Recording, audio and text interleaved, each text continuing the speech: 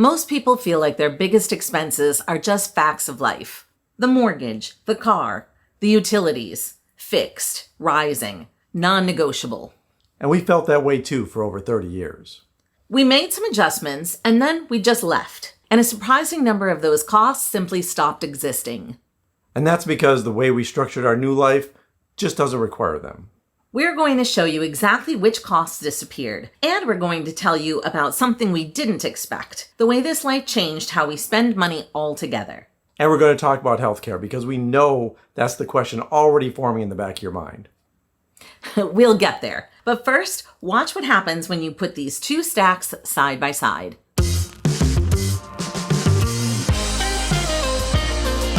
I'm Judy. And I'm Kevin. Welcome back to Finding Gina Marie, where we share our lives as full-time travelers and the connections we make along the way. Let's start with a conventional lifestyle. Everything you're paying for right now.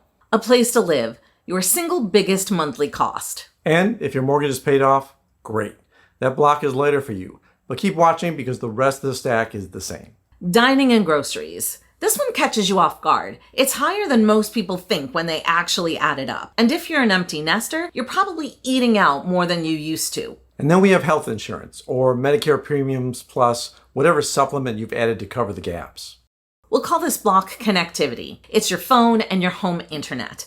And then we have subscriptions, recurring charges you pay monthly or annually, and some that are auto-renewing whether you use them or not. And streaming services deserve a big mention here because television is often one of the biggest ways people fill their evenings at home. And those prices continually seem to be rising. Entertainment. Here we're thinking about if you go to a play or a concert, a sports event, the splurges that basically make life feel a little more fun.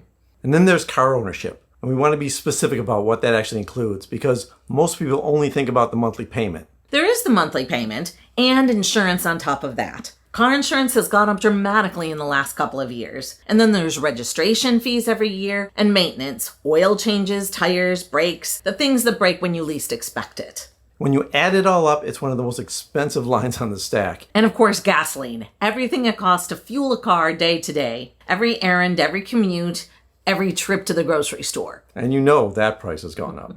Let's not forget about vacations. Maybe they're once a year. Maybe you're taking them more often. If you're retired or thinking about it, you may even be doing this 2 or 3 times a year for a month or more at a time. Property taxes and HOA fees. Property taxes don't care if your income changed or you had an expensive year. And neither of them ever goes down. Which is the thing people forget when they say their mortgage is paid off. The mortgage is gone, the taxes aren't. And if you add homeowners association fees on top if you have them, those tend to rise too, and there's nothing you can do to avoid them. Homeowners or renters insurance. And if you renewed recently, you know this number doesn't ever go down. And it's worse if you live somewhere with serious weather.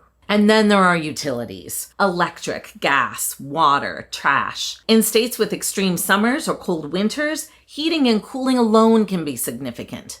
And here was a big block for us, stuff. We're putting this on the stack deliberately because it belongs here even though most people don't track it as a line item. The Amazon order that seemed reasonable. The clothes for an occasion that hasn't happened yet. Or you just buy for a pick-me-up. The big things and small things you buy because you have some disposable income and advertising is everywhere. We had so much stuff we never used. And when we sold everything to hit the road... Oh, we got pennies on the dollar. Nobody wanted our stuff. We wish we had learned sooner not to fall in that consumerism trap. Home maintenance. Homeowners consistently underestimate what maintenance costs them annually. It doesn't feel recurring because it's unpredictable. And the older your home, the more that needs attention. New roof, new hot water tank, new AC unit. And that's not even including lawn maintenance, a sprinkler system in need of repair, or gutters that need cleaning. Look at that stack. 14 line items, almost none of them negotiable. Almost all of them going up in price. Now let's switch over to the travel stack. Mortgage or rent. In this scenario, we're going to call it lodging. Basically a place to stay. Different cities, different pricing, but it'll always be there. Dining and groceries. No matter where you are in the world, you have to eat. Maybe it's from the local markets, you're cooking some meals, buying fresh and local the way most of the world does. In most places we've traveled, the costs are less than what we were spending at home. Health coverage is still there. We'll come back to this one. Connectivity.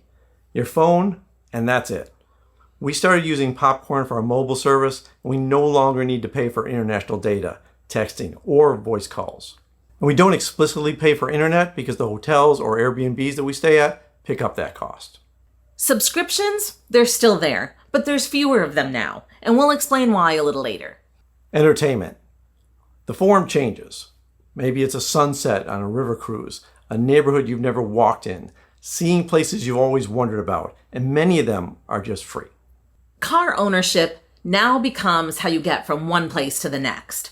Basically a train, a bus, a budget flight, or staying put because you just want to be in a place for a little bit longer.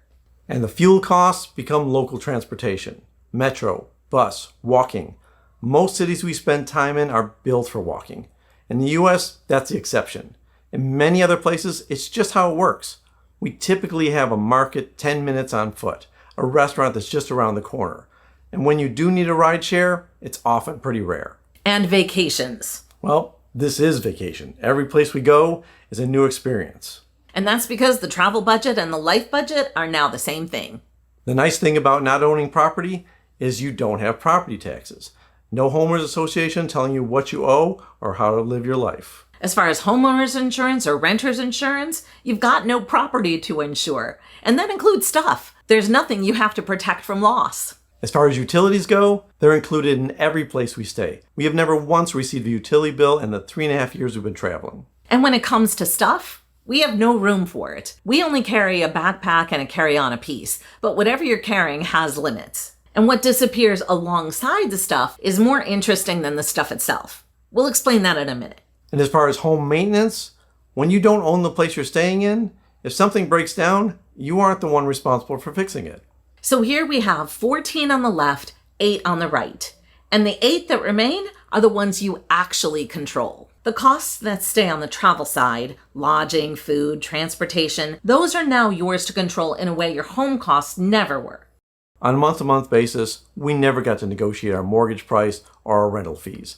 But now we get to look at everything. And if we're staying in a place and it seems like it's really inexpensive to stay there, we can stay there longer. If it's too expensive, we just go somewhere else. We can also choose to be farther out from the city center to save a little bit of money, or get a smaller place for that particular location. Or we can choose locations that we know are going to be much cheaper, or different parts of the world. And we have done this. We've balanced out more expensive parts of the world and stayed in cheaper parts of the world so we can have some of the more elite experiences and still not have an expensive year. When your biggest expenses are fixed and rising, your biggest lever is to earn more. Now, of course, you can cut back on certain things, but sometimes that just makes your life smaller. When we were living in San Francisco, we saw this exact thing. Our prices were going up and up, and we didn't want to work more. So the idea of keeping our costs lower was really appealing to us. But we still wanted to live in a walkable city with all of the perks that we were enjoying from a big urban city. A great example of this is when we were in Albania for a month and we spent $28 a night. That's unheard of. There's no way we can stay, especially in San Francisco, for those kind of nightly costs. And that's really hard to find in even some of the cheapest parts of the US. And in those places, you're probably having to pay for a vehicle to get around. Certainly not walkable like Albania was. We just finished talking about subscription costs that you don't need to keep paying, but this is one you'll want. We built Voyage Vault specifically for this lifestyle. We needed it for ourselves. Voyage Vault is a personal finance app for people who love to travel. It tracks your spending in local currencies, scans receipts automatically, stores all your reservations in one place, and if you're traveling in Europe, it tracks your Schengen days, so you never accidentally overstay. Your data stays on your device, nothing is collected. We take privacy seriously. It's free for 14 days while you try it out, and there's a link in the description. Back to the stuff problem. You saw the stuff block disappear from the travel section, and that's because when you live conventionally, your environment is working against you. But when you're traveling like us and we only have a backpack and a small carry-on, there's no room for stuff. It forces us to think about every single thing we buy and keep. And it makes me happy because whenever we look at souvenirs, I can just say, no, unless we can eat them.